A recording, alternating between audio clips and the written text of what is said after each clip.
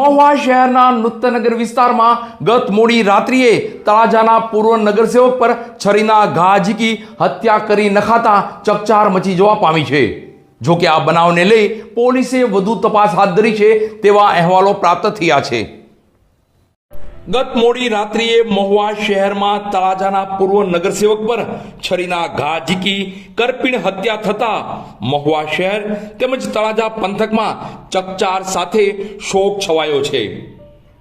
આ બાબતે વિગત જોઈએ તો ગત મોડી રાત્રિએ મહુવા શહેરના નૂતનનગર ખાતે આવેલ શાળા નંબર 12 પાસે તળાજા ખાતે રહેતા એવા સુનિલભાઈ ચૌહાણને કોઈ અજાણ્યા શખ્સોએ છરીના ઘા ઝીકી હુમલો કરી ગંભીર ઈજાઓ પહોંચાડી હતી।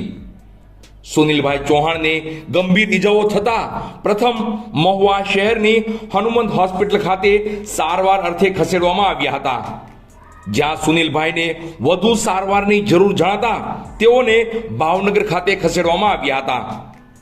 બાદ એવા સમાચારો પ્રાપ્ત થયા હતા કે સુનિલભાઈ ચૌહાણને વધુ સારવાર મળે તે પહેલા જ તેમનું મોત નીપજ્યું હતું।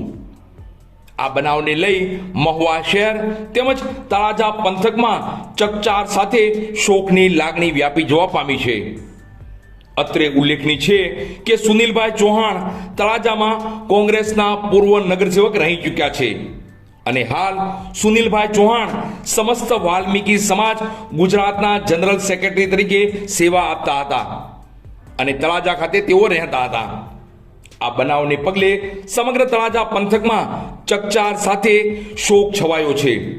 તો આ બનાવ મહુવા શહેરમાં બનતા મહુવામાં પણ ચકચાર સાથે ચર્ચાનો વિષય બન્યો છે।